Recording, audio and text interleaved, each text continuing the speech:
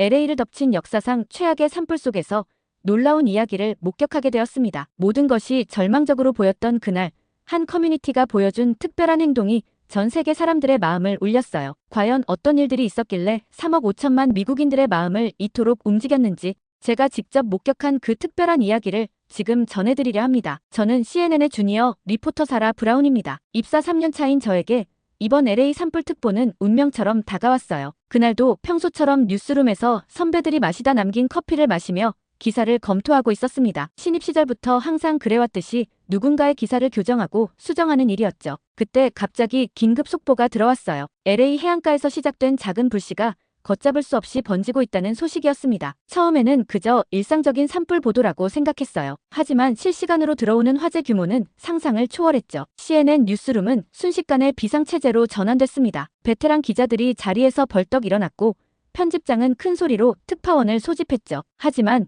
아무도 선뜻 현장 취재를 자원하지 않았어요. 베테랑 기자들조차 이번 화재의 규모에 주저하고 있었습니다. 그때였어요. 제가 용기를 내어 손을 들었습니다. 뉴스룸이 순간 조용해졌고 모든 시선이 저를 향했죠. 편집장은 제 요청을 듣자마자 단호하게 고개를 저었어요. 너무 위험한 데다가 경력이 얼마 안 되는 신입이기에 반대했습니다. 그러나 저 말고는 아무도 지원자가 없었어요. 편집장님은 베테랑 기자들에게도 따로 다가가 취재를 권유했지만 모두들 고개를 저었습니다. 결국 편집장님은 한숨을 쉬며 저를 다시 바라봤어요. 많이 위험할 수도 있다고 얘기하셨고 각오가 됐냐고 하셨죠. 저는 힘차게 고개를 끄덕였습니다. 그렇게 제 첫 현장 특파원 임무가 시작됐어요. 2시간 후 저는 LA행 비행기에 앉아 있었죠. 창밖으로 보이는 구름 사이로 검은 연기가 피어오르고 있었어요. 조종사는 기류가 불안정해 착륙이 쉽지 않을 거라고 안내했습니다. 그때 저는 이번 취재가 제 기자 인생의 전환점이 될 거란 걸 전혀 알지 못했어요. LA 상공에 진입하자 그제서야 재난의 실체가 눈에 들어왔습니다. 멀리 보이는 할리우드 힐스 전체가 불길에 휩싸여 있었고 고급 주택가는 이미 잿더미로 변해 있었어요. 바람을 타고 날아가는 불씨들이 마치 붉은 눈처럼 번쩍이고 있었습니다. 본사에서 보내준 73조 원이라는 피해 추정액을 전하면서 목소리가 떨렸죠. 40만 명이 넘는 사람들이 대피했고 이재민의 숫자는 계속해서 늘어나고 있었어요. 마음이 무거웠습니다. LA 공항에 도착하자마자 대기하고 있던 헬기에 올랐어요. 평소라면 높은 곳에 올라가는 것만으로도 어지러웠을 텐데 이상하게도 그날은 담담했습니다. 헬기가 이륙하자마자 처참한 광경이 눈앞에 펼쳐졌어요. 할리우드 힐스 전체가 거대한 불길에 휩싸여 있었죠. 마치 영화 속 종말의 날을 보는 것 같았습니다. 카메라를 꺼내든 손이 떨렸어요. 처음에는 높이 솟구치는 불길만 보였지만 헬기가 고도를 낮추자 더 끔찍한 광경이 눈에 들어왔죠. 수백만 달러짜리 베버리 힐스의 호화로운 저택들이 하나둘씩 무너져 내리고 있었습니다. 검은 연기가 하늘을 뒤덮어 한낮인데도 마치 어두운 저녁처럼 보였어요. 불꽃이 바람을 타고 춤추듯 날아다녔죠. 붉은 나비떼 같았어요. 아름답지만 치명적인 광경이었습니다. 조종사가 갑자기 고도를 높였어요. 불길이 너무 거세서 더 이상 낮게 비행하기 힘들다고 했죠. 위에서 내려다보니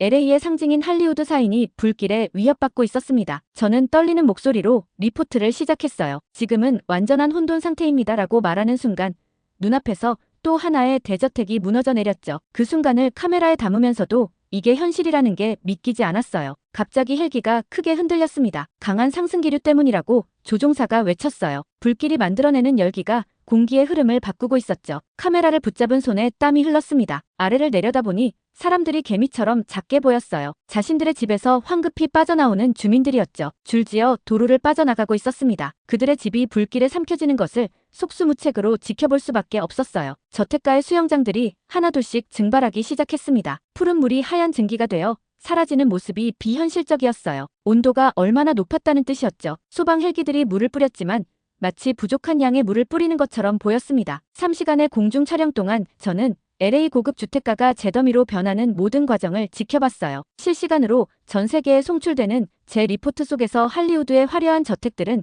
하나둘씩 사라져갔습니다. 하지만 마지막으로 카메라를 내리기 전 저는 믿을 수 없는 광경을 목격했어요. 불길 속에서도 꿋꿋이 서 있는 건물들이 보였습니다. 저는 조종사에게 저쪽이 어느 쪽이냐고 물었고 그곳은 한인타운이라는 답변을 들었죠. 한인타운이란 단어가 제 뇌리에 깊게 박혔고 저곳을 꼭 방문해봐야겠다고 생각했습니다. 헬기에서 내린 후 저는 즉시 지상 취재를 시작했어요. 두꺼운 마스크를 썼지만 숨쉬기가 힘들 정도로 공기가 나빴습니다. 연기와 제가 마치 안개처럼 자욱했고 첫 리포팅 장소는 할리우드 힐스의 한 주택가였죠. 카메라맨이 신호를 보내자 저는 떨리는 목소리를 진정시키며 방송을 시작했습니다. 하지만 첫 마디를 떼기도 전에 갑자기 기침이 터져 나왔어요. 연기가 마스크 틈새로 스며들었던 거죠. 그래도 포기할 순 없었습니다. 두 번째 시도에서는 무사히 리포팅을 시작할 수 있었어요. 제 뒤로는 소방관들이 불기둥과 맞서 싸우고 있었습니다. 그들의 모습이 마치 용과 싸우는 기사들 같았죠. 그런데 소방서장의 인터뷰는 믿을 수 없었어요. 그는 물이 부족해서 제대로 된 진화 작업이 어렵다고 털어놨습니다. LA 소방 시스템이 이런 대형 화재에 전혀 준비가 되어 있지 않았다는 거죠. 그날의 취재를 마치고 저는 헬기에서 봤던 한인타운으로 향했어요. 도착하자마자 믿을 수 없는 광경을 목격했습니다. 마치 보이지 않는 선이 그어진 것처럼 한인타운 경계에서 화재의 흔적이 확연히 달랐어요. 한쪽은 잿더미로 변해 있는데 다른 한쪽은 마치 아무 일도 없었던 것처럼 온전했죠. 의심스러웠습니다. 카메라를 들어 촬영을 시작했어요. 불길이 한인타운의 콘크리트 건물들 앞에서 마치 벽을 만난 것처럼 멈춰서 있었습니다. 주변이 모두 불타고 있는데 이곳만 마치 섬처럼 고립되어 있었죠. 현장에서 만난 미국인 건물주는 흥미로운 이야기를 들려줬어요. 그는 20년 전부터 이 건물을 운영해왔다고 했습니다. 처음 건물을 지을 때 모두가 목조 건물을 추천했지만 한국 사람들은 한국식으로 콘크리트 건물을 고집했다고 하더군요. 그의 말에 따르면 한인들은 대부분 콘크리트 건물을 선호한다고 합니다. 비용이 더 들더라도 튼튼하게 지어야 한다는 게 한인들의 공통된 생각이었다고 해요. 처음에는 굳이 돈을 많이 들여 그렇게 지어야 하냐며 이해할 수 없었지만 지금 와서 보니 그 선택이 얼마나 현명했는지 알 수 있었죠. 게다가 더 놀라운 건 건물 관리 방식이었어요. 한인 건물들은 모두 체계적인 소방시설을 갖추고 있었습니다. 한인들은 정기적인 점검은 물론이고 자체적인 소방훈련까지 실시했다고 하더군요. 이런 철저한 준비성이 지금의 결과를 만들어냈다는 게 분명해 보였어요. 저는 이 특별한 현상을 더 자세히 취재하기로 결심했습니다. 단순한 우연이 아닌 문화적 차이가 만들어낸 결과라는 확신이 들었기 때문이에요. 밤이 깊어갈수록 한인타운의 특별함은 더욱 두드러졌고 주변 지역이 모두 정전된 상황에서도 이곳은 비상 발전기를 가동해 최소한의 기능을 유지하고 있었어요. 철저한 준비성이 또 한 번 빛을 발하는 순간이었죠. 다음 날 아침 일찍 저는 한인타운을 설계한 건설회사를 찾았어요. 30년 경력의 장준혁 건축가를 만날 수 있었습니다. 저는 굳이 튼튼하다는 이유만으로 콘크리트를 선택하는 게 이해가 안 간다고 했어요. 그러자 그는 제게 흥미로운 이야기를 들려줬죠. 한국에서는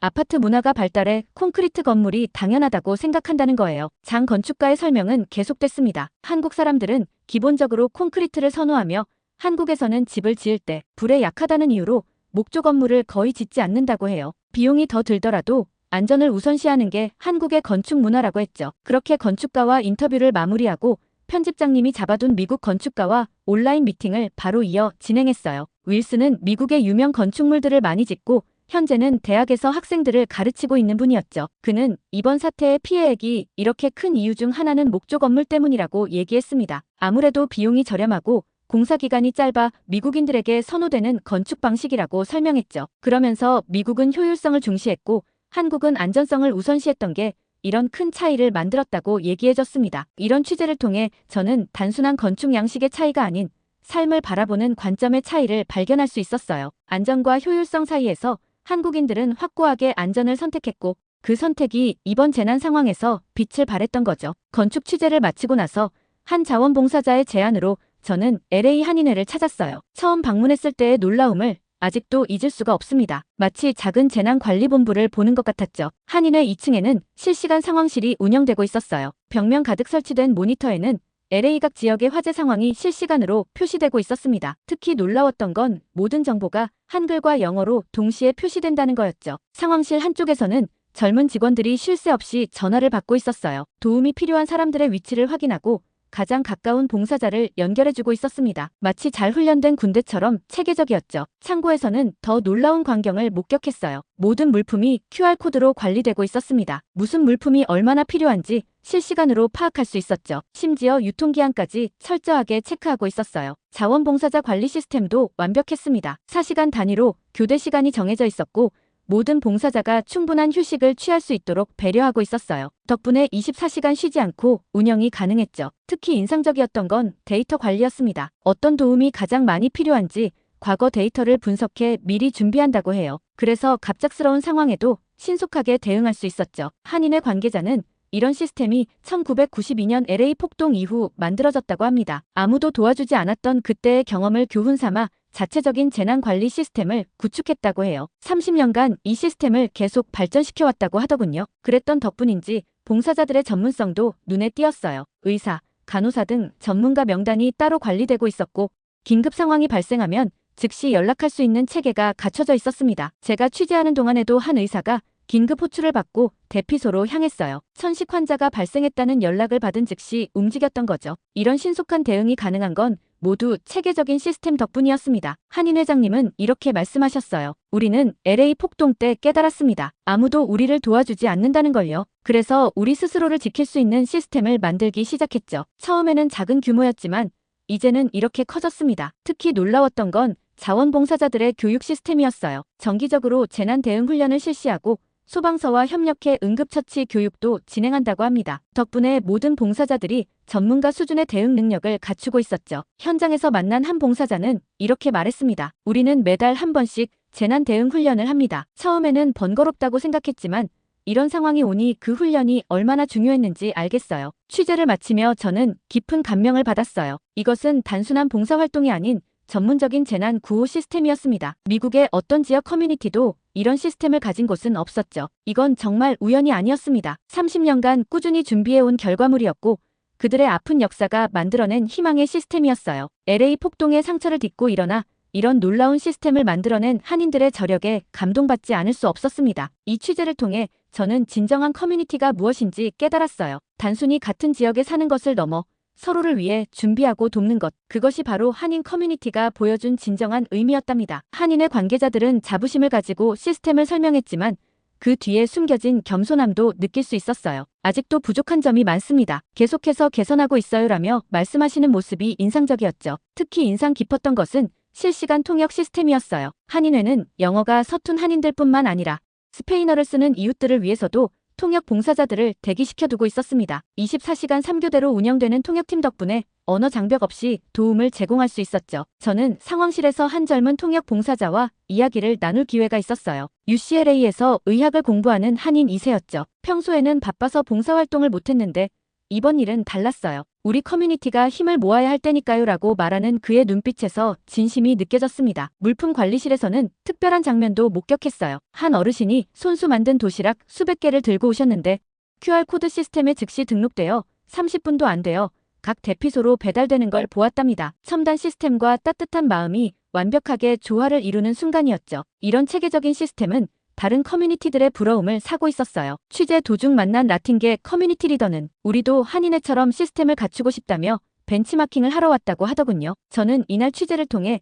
진정한 커뮤니티 레질리언스가 무엇인지 배웠습니다. 재난은 예고 없이 찾아오지만 그에 대한 준비는 항상 가능하다는 것, 그리고 그 준비의 핵심에는 사람과 시스템이 함께 있어야 한다는 것을요. 이제 저는 다음 취재를 준비하고 있어요. 한인회의 놀라운 시스템을 보여주는 것에서 그치지 않고 이 시스템이 실제로 어떻게 사람들을 돕고 있는지 현장의 이야기를 전하고 싶었거든요. 한인회의 체계적인 시스템을 취재하고 난 다음 날 저는 그들의 지원이 실제로 어떻게 이루어지는지 현장을 찾아가기로 했어요. 그때 본부로 물품을 가득 실은 트럭 한 대가 도착했습니다. 처음엔 어디서 온 트럭인지 몰랐는데 확인해보니 근처 한인마트에서 보내온 거였어요. 트럭을 열어보니 물, 담요, 통조림, 음식, 라면 같은 물품들이 가득 차 있었습니다. 전부 우리가 가장 절실히 필요로 하던 것들이었죠. 하지만 그들이 정말 놀라웠던 건 단순히 물건만 전달하고 떠나지 않았다는 거예요. 직접 트럭을 몰고 온 직원들은 땀범벅이 된 얼굴로 이게 도움이 될지 모르겠지만 더 필요하면 언제든 말씀해주세요. 또 가져오겠습니다 라고 말하더군요. 저는 그 말을 듣는 순간 울컥했어요. 산불로 인해 모두가 어려운 상황인데도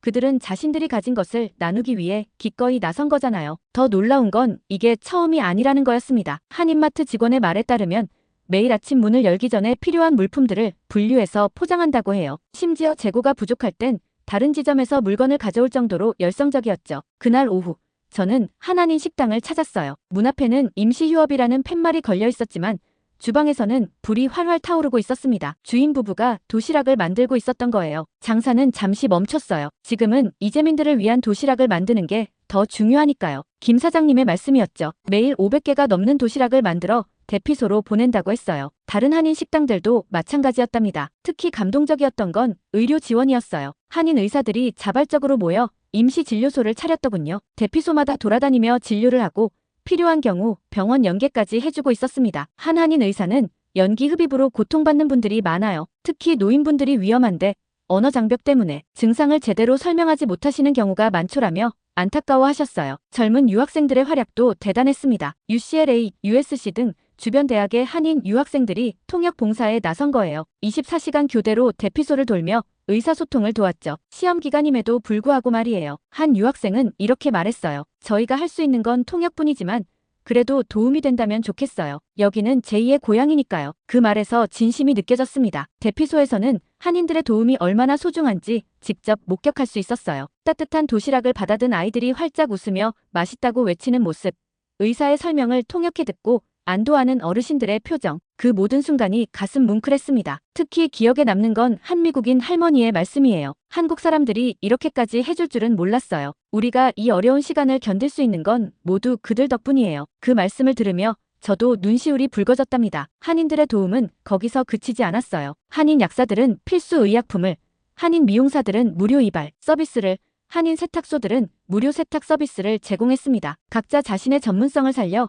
도움의 손길을 뻗치고 있었죠. 이런 광경을 취재하면서 저는 깊은 감동을 받았어요. 이것은 단순한 자선이나 동정이 아닌 진정한 이웃 사랑이었습니다. 그들은 묵묵히 하지만 확실하게 도움이 필요한 곳에 손을 내밀고 있었죠. 더욱 놀라운 건 이 모든 활동이 자발적으로 이루어지고 있다는 점이었어요. 누가 시킨 것도 강요한 것도 아닌데 마치 하나의 큰 흐름처럼 자연스럽게 움직이고 있었습니다. 이날 취재를 마치며 저는 생각했어요. 재난은 우리의 일상을 무너뜨리지만 그 속에서 피어나는 인간에는 어떤 재난보다도 강하다는 것을요. 그리고 그 힘은 지금도 LA 곳곳에서 계속되고 있답니다. 저는 취재를 이어가던 중 대피소에서 특별한 광경을 목격했어요. 한쪽에서 아이들의 웃음소리가 들려왔거든요. 재난 상황에서 좀처럼 듣기 힘든 소리였죠. 소리의 근원을 찾아가 보니 한인 자원봉사자들이 아이들과 함께 시간을 보내고 있었습니다. 그중 한 명인 소라는 대피소 한 구석에서 어린 소년과 함께 크레파스로 그림을 그리고 있었어요. 소년이 우리 집은 이제 없어졌나요?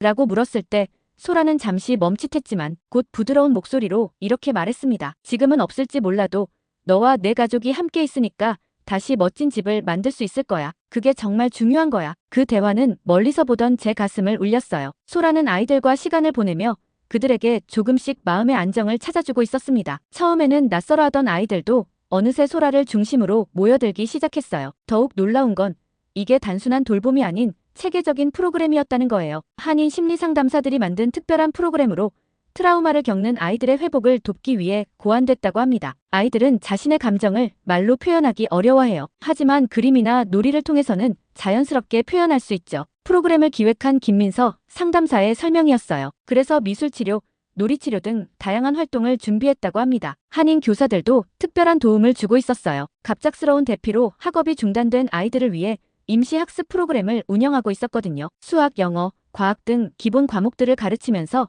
아이들의 일상성을 유지하려 노력했죠. 교육에 공백이 생기면 아이들이 더 큰 상처를 받을 수 있어요. 지금 이 시기를 잘 버티면 곧 학교로 돌아갈 수 있다는 희망을 주고 싶었죠. 심리상담 서비스도 인상적이었어요. 한인 심리상담사들이 교대로 상주하며 아이들뿐만 아니라 부모들의 상담도 진행했습니다. 특히 아이들의 트라우마에 대처하는 방법을 부모들에게 조언해주는 모습이 인상적이었죠. 부모님들도 많이 힘드세요. 집을 잃은 상황에서 아이들을 달래는 게 쉽지 않거든요. 그래서 부모님들의 이야기도 충분히 들어드리고 실질적인 조언도 해드리려고 해요. 이수진 상담사의 말씀이었습니다. 한 달간의 취재를 통해 저는 이들의 노력이 실제로 변화를 만들어내는 것을 목격했어요. 처음에는 불안해하고 무표정하던 아이들이 조금씩 웃음을 되찾아갔거든요. 악몽에 시달리던 아이들이 편안히 잠들 수 있게 됐고 말수가 줄었던 아이들이 다시 수다를 떨기 시작했답니다. 특히 감동적이었던 건 아이들이 그린 그림의 변화였어요. 처음에는 검은색과 빨간색으로 가득했던 그림들이 시간이 지나면서 점점 더 다양한 색깔로 채워져 갔거든요. 마지막엔 무지개를 그리는 아이들도 있었죠. 우리가 할 수 있는 건 작은 것들 뿐이에요. 하지만 이 작은 노력들이 모여서 아이들의 마음을 조금이라도 치유할 수 있다면 그걸로 충분하죠. 자원봉사자들의 한결같은 마음이었습니다. 저는 이 특별한 이야기를 취재하면서 진정한 영웅이란 무엇인지 깨달았어요. 영웅은 거창한 일을 하는 사람이 아니라 필요한 곳에서 묵묵히 도움을 주는 사람이라는 것을요. 그리고 그들 덕분에 대피소에서도 아이들의 웃음소리가 끊이지 않고 있답니다. 아이들의 회복을 지켜보며 취재를 하던 중 LA 소방국의 보고서를 검토하게 되었어요. 그리고 충격적인 사실들을 발견했습니다. 우리의 재난 대응 체계에는 심각한 구멍이 있었죠. 처음 소방서장이 물이 부족하다고 했던 이유를 바로 파악할 수 있었어요. 4억 4천만 리터의 물을 저장할 수 있는 LA 대형 저수지가 제대로 관리되지 않아 사용할 수 없는 상태였습니다. 소방 헬기가 불을 끌어갈 때마다 멀리 있는 저수지까지 가야 했죠. 그런데다가 소화전에서 물이 나오지 않는 경우도 있었고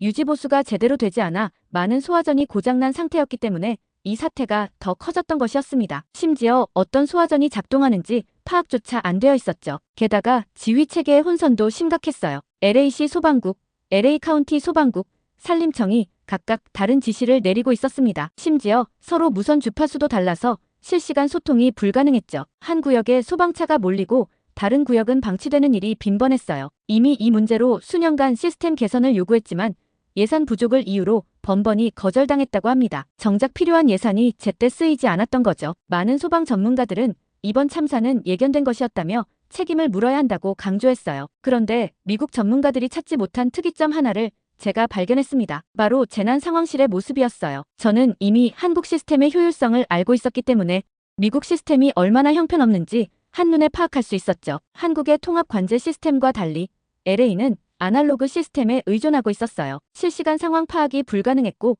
의사결정도 늦어질 수밖에 없었죠. 소방관들의 장비도 문제였습니다. 낡은 소방차에 부족한 방화복, 그리고 고장 난 무전기까지 예산 부족으로 기본적인 장비조차 제대로 갖추지 못했어요. 이런 현실을 마주하면서 한인타운의 대응이 더욱 놀라웠답니다. 그들은 시스템의 부재를 공동체의 힘으로 극복했어요. 부족한 것을 서로 메꾸며 작은 한국을 만들어낸 거죠. 제 보도가 나가자 반응은 뜨거웠어요. LA 타임스, 워싱턴 포스트 등 주요 언론들이 한인 커뮤니티의 재난 대응 시스템을 집중 조명했습니다. 미국이 배워야 할 교훈이라는 제목의 사설들이 연이어 실렸죠. 특히 한인회의 24시간 상황실 운영과 QR코드를 활용한 물품 관리 시스템은 큰 주목을 받았어요. CNN의 앤더슨 쿠퍼는 특별방송에서 작은 커뮤니티가 보여준 큰 가르침이라며 한인들의 시스템을 자세히 소개했죠. 결국 LA시의회는 즉각 반응했어요. 한국의 재난관리 시스템을 연구하기 위한 특별위원회를 구성하겠다고 발표했습니다. 소방서장은 한국의 소방 시스템을 벤치마킹하겠다고 했죠. 시장은 기자회견에서 우리는 한인 커뮤니티로부터 많은 것을 배워야 한다며 그들이 보여준 체계적인 대응은